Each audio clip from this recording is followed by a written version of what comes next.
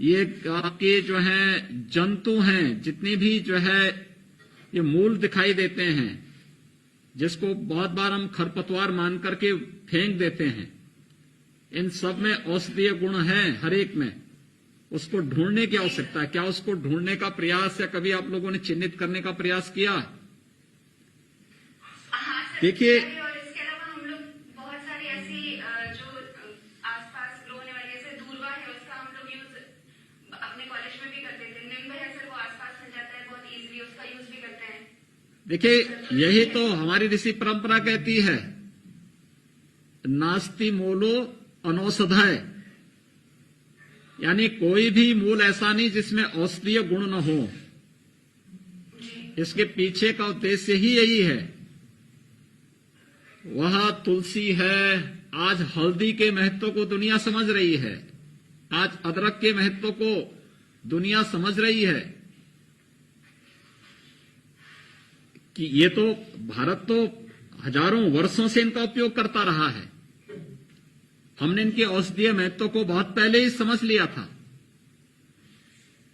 क्या इन कार्यों के बारे में कभी आपने एक आयुर्वेद चिकित्सक के रूप में जानने का प्रयास किया?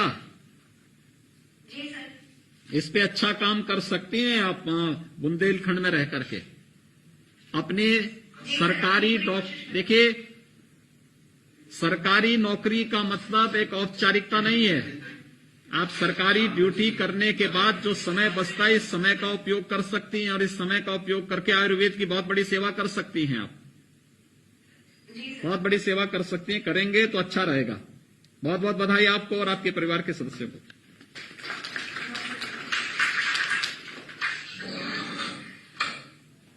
मैं माननीय मुख्यमंत्री से अनुरोध करना चाहूंगा कि वो हमारे सभी नवचयनित चिकित्सा अधिकारियों को अपना आशीर्वाद देने का करते हैं।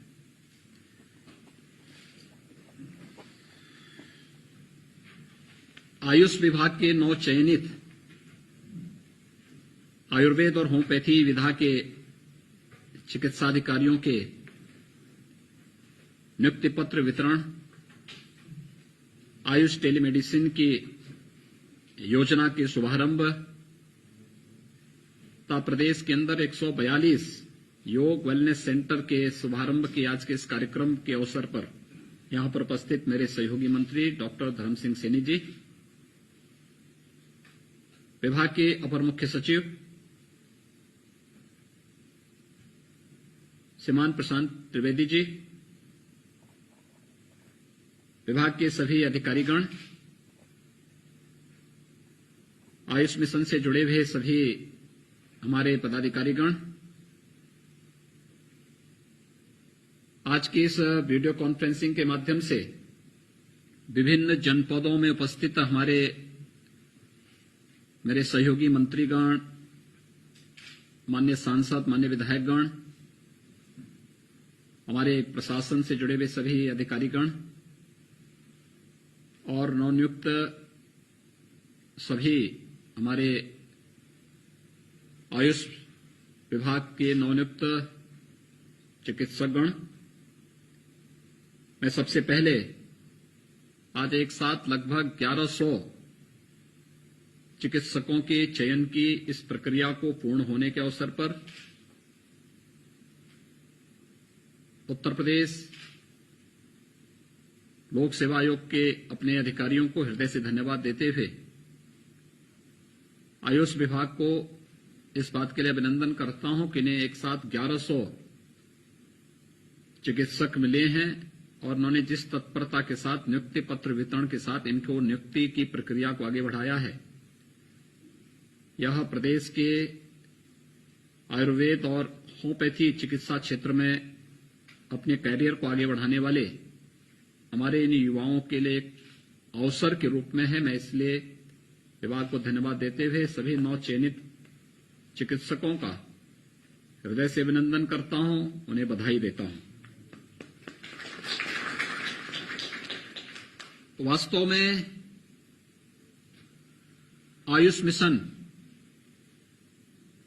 भारत की परंपरागत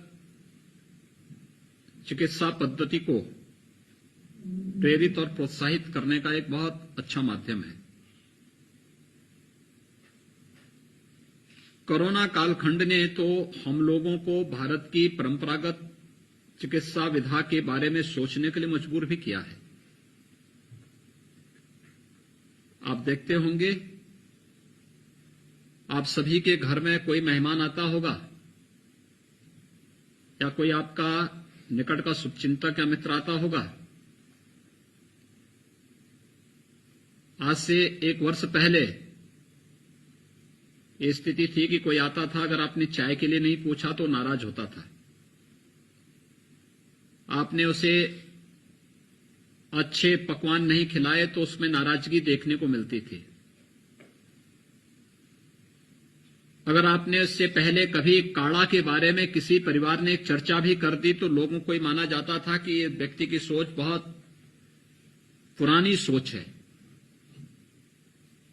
लेकिन आज कोरोना ने हम सबको जब बचाव का एक मौका दिया, तो आप कहीं भी चले जाइए, किसी भी स्थान पे चले जाइए, वह किसी का अपना घर हो, किसी का कार्यालय हो, किसी का कोई संस्थान हो, किसी सरकारी ऑफिस में चले जाइए, किसी विद्यालय, महाविद्यालय, विश्वविद्यालय में चले जाइए, वहां पे मैं हर एक स्तर पर, एक ग्राम पंचायत की बैठक से लेकर के और नीति आयोग की बैठक तक, हर एक स्तर पर अगर आज के दिन पे सबसे अधिक मांग हो रही है तो आयुर्वेद के काढ़ा की मांग होती है कि साहब हमें चाय नहीं, कॉफी नहीं, दूध नहीं और भी नहीं, हमें चाहिए काढ़ा, यानी काढ़ा की मांग। और एक काढ़ा आयुर्वेद की पद्धति में आज से नहीं, हजारों वर्षों से इसका उपयोग किया जाता रहा है। ऋतु परिवर्तन के साथ इसका सेवन करने की प्रेरणा प्राचीन काल से, और इसमें खासतौर पर तुलसी का काढ़ा तो एक सामान्य घर घर में पिया जाने वाला एक आयुर्वेद का एक पेय है। तुलसी ताजी मिले ठीक, सूख जाती है, उसके पत्तों को सुरक्षित लोग रखते हैं और उसका फिर उपयोग करते हुए उसके काढ़े का सेवन करते हैं। यानी आयुष के प्रति, चाहे वह आयुर्वेद हो, यूनानी हो, होम्योपैथी हो, सिद्धा हो, यानी इन सब के बारे में भले ही हमने डिग्री न ली हो, भले ही हमारे पास उसकी विशेषज्ञता न हो, लेकिन खासतौर पर आयुर्वेद के बारे में, सिद्धा के बारे में तो प्राचीन काल से ही घर घर में दादी के नुस्खे के नाम पर हम इसका उपयोग करते रहे हैं। और ये आज भी हर परिवार किसी न किसी रूप में इनका उपयोग करता है। हमारे यहां हल्दी का उपयोग, कौन ऐसा भारतीय होगा जो अपने घर में भोजन में हल्दी का उपयोग या अदरक का उपयोग या हींग का उपयोग न करता हो। भाई हींग गर्मियों में नहीं सेवन करते, सर्दी प्रारंभ होने के साथ हींग का उपयोग करते हैं। छोटी सी हींग में कोई स्वाद नहीं, लेकिन उसकी औषधीय गुण के कारण भारत प्राचीन काल से इसका उपयोग करता रहा है। हल्दी में कोई स्वाद नहीं, वो तीक्ष्ण है, लेकिन औषधीय गुण के नाते हम लोग हर सब्जी में इसका उपयोग करते रहे हैं। अदरक में कोई स्वाद नहीं, लेकिन अदरक का उपयोग हर भारतीय परिवार प्राचीन काल से करता रहा है। और जब हम करते थे, हमारे पूर्वज इसका सेवन करते थे, दुनिया हमें पिछड़ा मानती थी। और आज जब दुनिया की जान में आफत पड़ी तो वह भी, आप चले जाइए, दुनिया में इस समय सबसे अधिक मांग हो रही है हल्दी की, अदरक की, तुलसी की, और भारत के इस काढ़े की सबसे अधिक मांग हो रही है, जिसको हर भारतीय परिवार प्राचीन काल से, चाय के आने के पहले से जिसका इस्तेमाल करता रहा है। हम अपने आयुर्वेद और इस आयुष मिशन की कीमत को समझें। और मैं धन्यवाद दूंगा प्रधानमंत्री मोदी जी को, जिन्होंने प्रधानमंत्री बनने के बाद आयुष मिशन को एक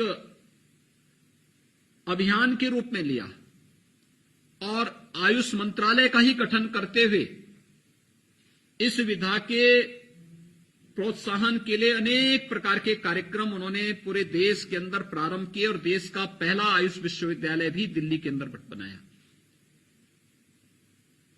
कितना बड़ा कार्य, कितना बड़ा विस्तृत क्षेत्र है। मुझे आश्चर्य होता है, पिछले दिनों कुछ चिकित्सकों ने विरोध किया था कि आयुर्वेद के लोग ऑपरेशन करने की छूट क्यों दी जा रही है। मुझे उनकी बुद्धि पे तरस आ रही थी। पहला इस धरती का सर्जन आयुर्वेद का ही था। आयुर्वेद ने ही यह सर्जरी की विधा को दिया है, उन्हें यह बताया जाना चाहिए।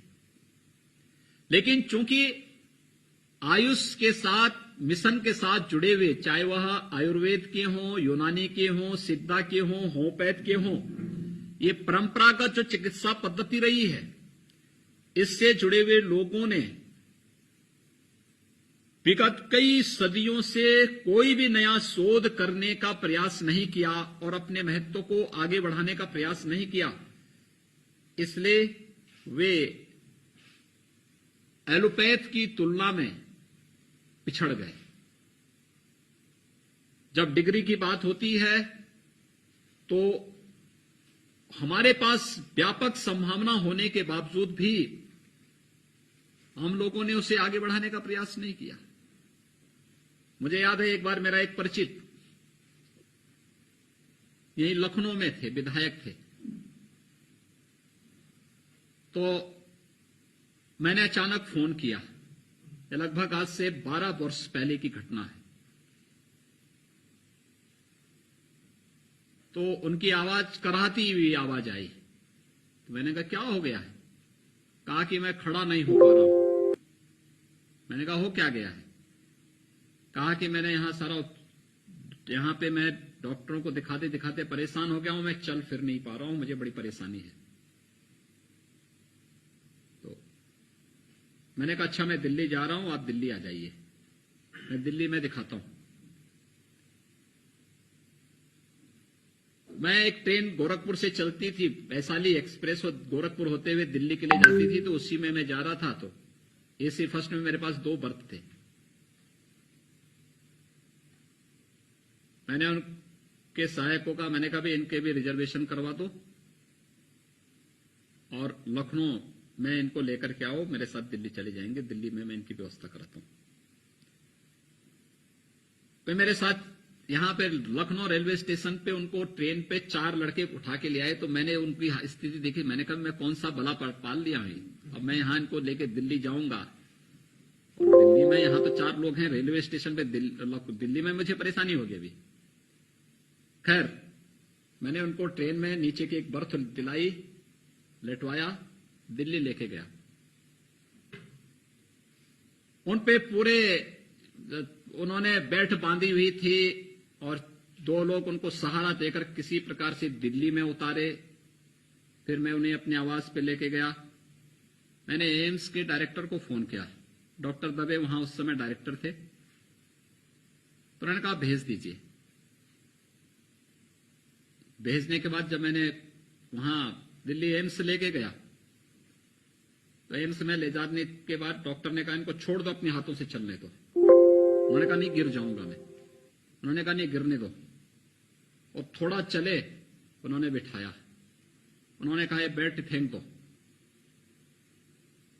टैक्सन के लिए बेल्ट बांधी हुई थी पूरी पीछे से लेकर के। तो उन्होंने कहा मैं 6,000 रुपए में ले आऊं। कहा रहे इसकी कोई कीमत नहीं, आपको ये विकलांग बना देगी ये बेल्ट। उन्होंने केवल 2 टैबलेट दी। कहा ये केवल पेन के लिए मैं दे रहा हूं, तो उपचार के लिए नहीं, और इनको आप लेके जाइए। मुझे उन्होंने कहा योगी जी आप इनको 1-2 आसन बता दीजिए, जब ये पेन इनका समाप्त हो जाएगा इनको केवल भुजंग आसन करवाइए और इनको 1-2 अन्य कुछ क्रियाएं करवा दीजिए, ये ठीक हो जाएंगे। आप देखेंगे उसके बाद एकदम स्वस्थ हो गए। यानी बेल्ट फेंक दी, दवा सारी बंद कर दी, और हमने इसके महत्व को कभी समझने का प्रयास नहीं किया है, कभी नहीं किया। और उसका परिणाम है कि हम लोग केवल दूसरों के द्वारा जो सब्ज बाग दिखाए जाते हैं, प्रचार किए जाते हैं, उसके पीछे भागते हैं। जितनी व्यापक संभावनाएं हैं, और खासतौर पर आयुर्वेद, योग एंड नेचुरोपैथी में ये 142 योग एंड वेलनेस सेंटर जो खोले जा रहे हैं, यहां पर हमने योग प्रशिक्षक को 27,000 रुपये और उनके सहायक को 10,000 रुपये मासिक देने की प्रक्रिया भी प्रारंभ की है। और मैं चाहूंगा कि इसको व्यवसाय न बनाकर के एक मिशन मोड में वे लेकर के चलें। इसमें ईमानदारी पूर्वक वे लोग कार्य करेंगे, इनके कार्यों की समीक्षा होगी, समीक्षा के अनुसार फिर उनके कार्यकाल को आगे बढ़ाने का कार्य भी होगा। और मैं बोलूंगा आयुष मिशन से जुड़े हुए लोगों को कि अभी से इसकी तैयारी करें। दूसरा, आयुर्वेद और होम्योपैथ के जिन चिकित्साधिकारियों की आज तैनाती हो रही है, इसको केवल एक सरकारी नौकरी मानकर के औपचारिकताएं बंद कर दें। आपके ऊपर बहुत बड़ी जिम्मेदारी है, और बड़ी जिम्मेदारी ये कि केंद्र और प्रदेश सरकार ने आप पर एक बहुत बड़ा विश्वास किया है। कई वर्षों के बाद 1100 चिकित्सक एक साथ आ रहे हैं, जिन्हें अभी हमारे जनप्रतिनिधिगण अलग अलग जनपदों में नियुक्ति पत्र वितरित करेंगे।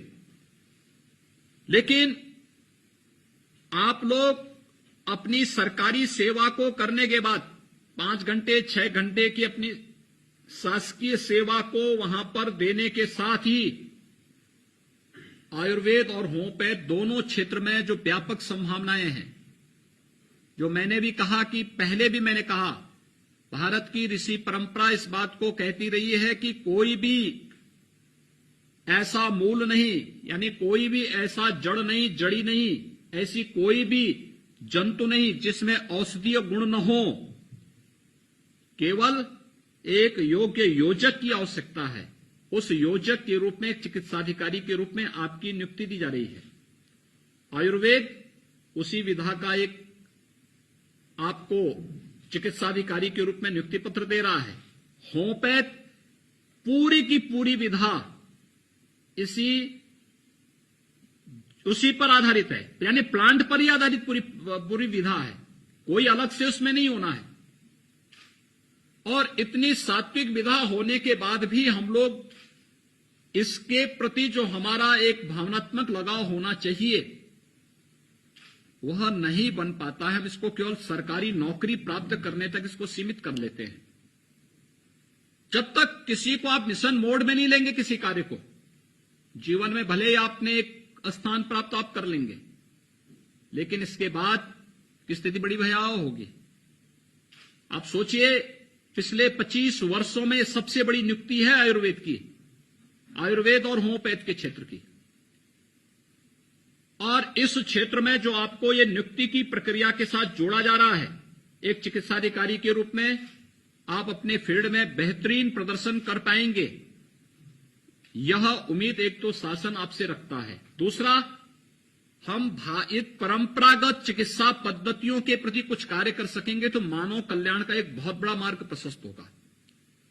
तीसरा, हेल्थ टूरिज्म का एक नया डेस्टिनेशन आप योग एंड वेलनेस सेंटर को और आयुर्वेद के केंद्रों को, सिद्धा, यूनानी और होम्योपैथ के केंद्रों को बना सकते हैं। सीखने की एक तमन्ना निरंतर होनी चाहिए। आपका जो कार्य क्षेत्र होगा वहां पर या उसके आसपास के क्षेत्रों में ऐसे लोगों की सूची बनाइए जिनके पास इस फील्ड की जानकारी पहले से है। परंपरागत ज्ञान, बहुत सारे लोगों के पास डिग्री नहीं होगी लेकिन परंपरागत ज्ञान की जानकारी होगी। आज भी आप देखते होंगे गांव में बहुत सारे ऐसे लोग हैं या बहुत सारे बुजुर्ग ऐसे हैं जो जड़ी बूटी के बारे में जानकारी लेते हैं। अभी विगत दिनों मेरे पास एक सज्जन आए थे, उन्होंने कहा कि उत्तर प्रदेश के ही हैं। उन्होंने कहा मैं आपको एक जड़ी के बारे में बताने के लिए आया हूं। मैंने कहा क्या मतलब? उन्होंने कहा साहब एक जड़ी मेरे पास है और इस जड़ी से कितना भी विषैला सांप किसी व्यक्ति को काटेगा, इस जड़ी का हम उसको पानी पूछ का जो है जड़ी रगड़ करके पिलाते हैं और वो ठीक हो जाता है। दूसरा, इस जड़ी को हम कहीं रख देंगे तो उसके आसपास के क्षेत्र में सांप नहीं आएंगे। ये तो बस्ती जनपद के भी सज्जन मेरे पास आए थे, जनपद बस्ती से। आपके आसपास इस प्रकार की औषधियों का भंडार छिपा हुआ है, उसको हम पहचान नहीं पाते हैं, उसको हम देख नहीं पाते हैं। हमारे बीच में बहुत सामान्य, उनके पास कोई डिग्री नहीं, कोई डिप्लोमा नहीं, वे कोई प्रैक्टिस भी नहीं करते, लेकिन उस जड़ी का इस्तेमाल जरूर करते हैं, लेकिन उसका कोई दाम नहीं लेते। बहुत सारी ऐसी जड़ियां हैं जिसको देने वाला व्यक्ति उसके बदले में कुछ लेता नहीं है, क्योंकि ये मानता है कि मुझे मेरे पूर्वजों ने दिया है या मुझे गुरु परंपरा में प्राप्त हुआ है, इसलिए मैं इसका कोई दाम नहीं लूंगा, बल्कि अपने पूर्वजों के प्रति कृतज्ञता ज्ञापित करने और उनके प्रति श्रद्धा व्यक्त करने का उनका एक माध्यम ही बनता है। और ये चीजें हमें ढूंढनी पड़ेंगी कि अगर भारत की, हमारे ऋषि परंपरा ने इस बात को कहा है कि नास्ति मूलो अनौषधेय, तो यह वैसे ही नहीं कहा होगा। हर जड़ी बूटी, यानी जितने भी जंतु हैं, जितने भी प्लांट हैं, इन सब में औषधीय गुण हैं। इन औषधीय गुण को ढूंढना और फिर उसके अनुरूप मानवता के कल्याण का मार्ग प्रशस्त करना, एक कार्य यह आयुर्वेद और होम्योपैथ से जुड़े हुए लोग बहुत आसानी से कर सकते हैं। इस दिशा में एक नया प्रयास प्रारंभ होना चाहिए। अपनी शासकीय दायित्वों का निर्वहन करने के बाद का जो समय आपके पास होता है, ये मान के चलिए कि आपका कैरियर इस फील्ड में बन रहा है, इसके पीछे आयुर्वेद और आयुर्वेद के जनक का योगदान है, होम्योपैथ और होम्योपैथ के जनक का योगदान है, जो आपको और आपके परिवार को एक नया जीवन मिला है, एक नया कैरियर को आगे बढ़ाने का एक अवसर प्राप्त हो रहा है। इस फील्ड में हमारा शोध का कार्य और विस्तृत होना चाहिए। आप एक डॉक्टर हैं और एक डॉक्टर के रूप में आप अपने शोध के कार्य को और विस्तृत कर सकते हैं। जानने की जिज्ञासा होनी चाहिए। उस विराट कार्य क्षेत्र में आपका हस्तक्षेप होना चाहिए, लेकिन याद रखना, कोई भी कार्य ऐसा ना करना जिससे आपकी ये विधा आपके कृत्यों के कारण अपमानित महसूस हो। इस बात को भी ध्यान रखने की आवश्यकता है। दूसरा, पहली बार, और मुझे लगता है देश के अंदर ये उत्तर प्रदेश ने पहली बार टेलीमेडिसिन के साथ आयुष को जोड़ा है। और मैं चाहूंगा कि प्रदेश के आयुष मिशन से जुड़े हुए जितने भी विशेषज्ञ हैं, इनकी एक सूची बना करके और समय तय करें कि इस समय, इस दिन यह विशेषज्ञ इस कार्य के लिए मौजूद होगा। अलग अलग बीमारियों के लिए तय कर लें और इसको एक निरंतरता दिए जाने की आवश्यकता है। आज भी देखें, बहुत सारी ऐसी बीमारियां हैं जिसमें एलोपैथ प्रभावी नहीं होगा। वातज जितनी भी बीमारियां हैं, भाई आयुर्वेद में बीमारी के 3 ही कारण हैं, वात, पित्त और कफ में जिसकी भी, यानी जिसका प्रकोप होगा उससे संबंधित बीमारी होगी। तो स्वाभाविक रूप से बहुत सारी ऐसी बीमारियां होंगी जिसकी बीमारी में हो सकता है कि मॉडर्न जो आपकी चिकित्सा पद्धति है ये उतना प्रभावी न हो सके, लेकिन आयुर्वेद उसमें बहुत प्रभावी हो सकती है। वातज जितनी भी बीमारियां हैं, इसका जितना अच्छा समाधान आयुर्वेद आपको दे सकता है, अन्यत्र नहीं मिलेगा। ऋतु संबंधी जितने भी, यानी मौसम परिवर्तन के कारण जिस प्रकार के विकार आते हैं, इनमें आयुर्वेद बहुत अच्छी भूमिका का निर्वहन इसमें कर सकता है। इसी प्रकार से बहुत सारी ऐसी बीमारियां होंगी जिसमें होम्योपैथ बहुत प्रभावी हो सकता है। हम उसके बारे में सोचें, सिद्धा के बारे में सोचें, यूनानी के बारे में सोचें, ये परंपरागत चिकित्सा पद्धतियों के बारे में, और इसके विशेषज्ञों की एक सूची उत्तर प्रदेश के अंदर और देश के अंदर बनाना। जो उत्तर प्रदेश के अंदर मौजूद हैं, चाहे वह सरकारी क्षेत्र में हो, निजी क्षेत्र में हो, उनकी सेवाओं को लेना और उनकी सेवाओं को एक पोर्टल के माध्यम से प्रदेश के अंदर हर एक जगह उनके लिए फ्री की सुविधा उपलब्ध, यानी फ्री कंसल्टेशन, इसमें टेली कंसल्टेशन की सुविधा आयुष मिशन के साथ माध्यम से हम उनको दे सकें। यह तो जोड़ना ही, साथ साथ देश के अंदर भी बहुत सारी जगह बहुत अच्छे विशेषज्ञ हैं, बहुत अच्छे विशेषज्ञ हैं, खासतौर पर आयुष से जुड़े हुए तो बहुत अच्छे कार्य हैं। याद रखना, देश के अंदर हम लोगों ने हेल्थ टूरिज्म का जो बहुत अच्छा कॉन्सेप्ट देखा है, ये योग, आयुर्वेद एंड नेचुरोपैथी के माध्यम से इस देश के अंदर आया है। और जहां पे लोगों ने इसको मिशन मोड में लेके काम प्रारंभ किया है, वहां पे उन्हें सफलता प्राप्त हुई है। और बहुत अच्छे अच्छे विशेषज्ञ आपको देश के अंदर मिलेंगे। उनकी भी सूची बनाना, उनके साथ एक संवाद स्थापित करना और फिर प्रयास होना कि साप्ताहिक, पाक्षिक या मासिक उनके कंसल्टेशन प्रदेशवासियों को प्राप्त हो सके। इसके बारे में भी हमें इस टेलीमेडिसिन की इस व्यवस्था के साथ उन सबको जोड़ना और इसका लाभ प्रदेशवासियों को देना, इसके साथ हमें करना पड़ेगा। तीसरा, योग एंड वेलनेस सेंटर। ये योग and wellness centre health tourism का एक नया डेस्टिनेशन यूपी के अंदर बनेगा। और मैं चाहूंगा कि इसके लिए जो हम लोगों ने योग विशेषज्ञ और उनके सहायक के रूप में जिन लोगों को वहां पे नियुक्ति दिया है, एक तो इनकी ट्रेनिंग, दूसरा इनके कार्यों की निरंतर मॉनिटरिंग।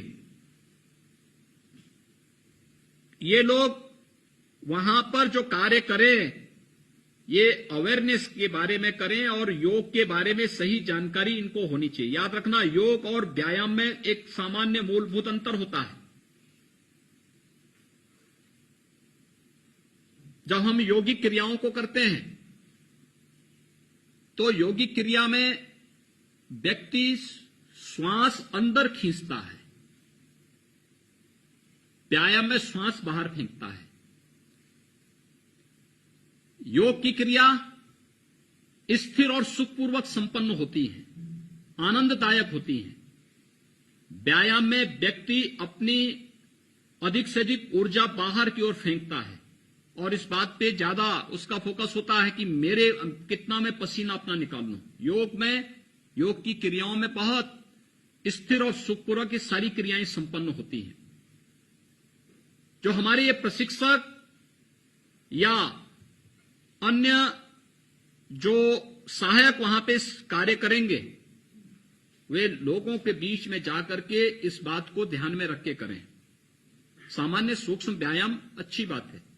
दूसरा, इसमें देश, काल और परिस्थिति का भी ध्यान रखना होगा। इन चीजों के बारे में भी ध्यान दें। कैसे आने वाले समय में हम योग को हेल्थ टूरिज्म का एक बहुत अच्छा सेंटर, नहीं योग एंड वेलनेस सेंटर को बना सकते हैं, इसके बारे में भी हमारी तैयारी और उस रूप में हमारे कार्यक्रम को आगे बढ़ाने की तैयारी। आयुर्वेद से जुड़े हुए जो हमारे विशेषज्ञ हैं, यहां पे योग एंड वेलनेस सेंटर में भी तो ये योगिक क्रियाओं का कराएंगे। बाद में यहां पे खटकर्म के बारे में भी ये लोग अगर उन क्रियाओं को बताएंगे तो वात, पित्त और कफ से संबंधित तमाम प्रकार के विकारों में भी एक सामान्य जन को सहयोग देने में इनकी बहुत बड़ी भूमिका हो सकती है। और आयुर्वेद में पंचकर्म की यही भूमिका है। इसके बारे में भी अगर ये कार्य आगे बढ़ा सकेंगे तो आप लोग आयुर्वेद का भी और योग का भी एक अच्छा समन्वय स्थापित करते हुए लोगों को आरोग्यता की ओर ले जाने में आपकी एक बहुत बड़ी भूमिका होगी। मुझे बहुत प्रसन्नता है कि प्रदेश के अंदर 183 योग एंड वेलनेस सेंटर में से 142 आज हम उत्तर प्रदेश वासियों को समर्पित कर रहे हैं। यानी एक साथ तीन बड़ी उपलब्धियों के साथ उत्तर प्रदेश का आयुष विभाग आज प्रदेशवासियों को इतनी ज्यादा सौगात इस 9 वर्ष के अवसर पर उपलब्ध करा रहा है। जो 1100 से अधिक हमारे आयुर्वेद और होम्योपैथ के चिकित्सक आज नियुक्ति पत्र प्राप्त कर रहे हैं। इसी प्रकार से योग एंड वेलनेस सेंटर के लिए योग प्रशिक्षक और उनके एक सहायक के रूप में उनको वहां पर पहले से ही उनको नियुक्ति पत्र उपलब्ध करा करके इस कार्यक्रम को आगे बढ़ाया गया है। टेलीमेडिसिन की सुविधा के साथ आयुष मिशन को जोड़ने का जो कार्यक्रम हुआ है, ये कार्यक्रम इसलिए क्योंकि सरकार की सोच सकारात्मक है और अच्छे लोगों को जनता ने चुन करके जब शासन में भेजा है तो अच्छी सोच के साथ वे कार्यक्रम कर रहे हैं। और मैं इसके लिए विभाग को तो धन्यवाद दूंगा ही, हमारे जो जनप्रतिनिधिगण जनपदों में नियुक्ति पत्र वितरण कर रहे हैं, वे नियुक्ति पत्र उन सभी जनप्रतिनिधियों के परिश्रम और पुरुषार्थ का परिणाम भी है कि उनके द्वारा जो प्रयास प्रारंभ किए गए हैं कि समय पे नियुक्ति हो, समय पे लोगों को नौकरी मिले, अच्छे लोगों को पारदर्शी तरीके से नौकरी की सुविधा का लाभ मिले, वह प्रक्रिया आज प्रदेश के अंदर बहुत अच्छे ढंग से आगे बढ़ पा रही है। हमारे युवाओं को अपनी ऊर्जा और अपनी प्रतिभा का लाभ प्रदेश के अंदर देने का जो अवसर प्राप्त हो रहा है, मुझे विश्वास है कि वे पूरी ईमानदारी के साथ अपने अपने कार्य क्षेत्र में अपनी दक्षता का यहां पर परिचय देते हुए प्रदेशवासियों को इस विधा के साथ जोड़ने का कार्य करेंगे। और मैं तो मानता हूं कि आयुर्वेद के साथ, योग के साथ जुड़ना ये अपने आप में बहुत पवित्र कार्य है और इस पवित्र मिशन के साथ आप सबको जुड़ने का अवसर प्राप्त हुआ है। मैं इसके लिए आज 9 चयनित इन सभी चिकित्सा अधिकारियों को हृदय से बधाई देता हूं, अपनी शुभकामनाएं देता हूं और विश्वास व्यक्त करता हूं कि आप सभी मिलकर के प्रदेश के आयुष मिशन को आगे बढ़ाते हुए प्रदेशवासियों को तो उत्तम आरोग्यता का लाभ देंगे ही, प्रदेश के अंदर हेल्थ टूरिज्म के मार्ग को भी प्रशस्त करने में आप सब अपना योगदान देंगे। आप सबके प्रति मेरी मंगलमय शुभकामनाएं। धन्यवाद। जय हिंद।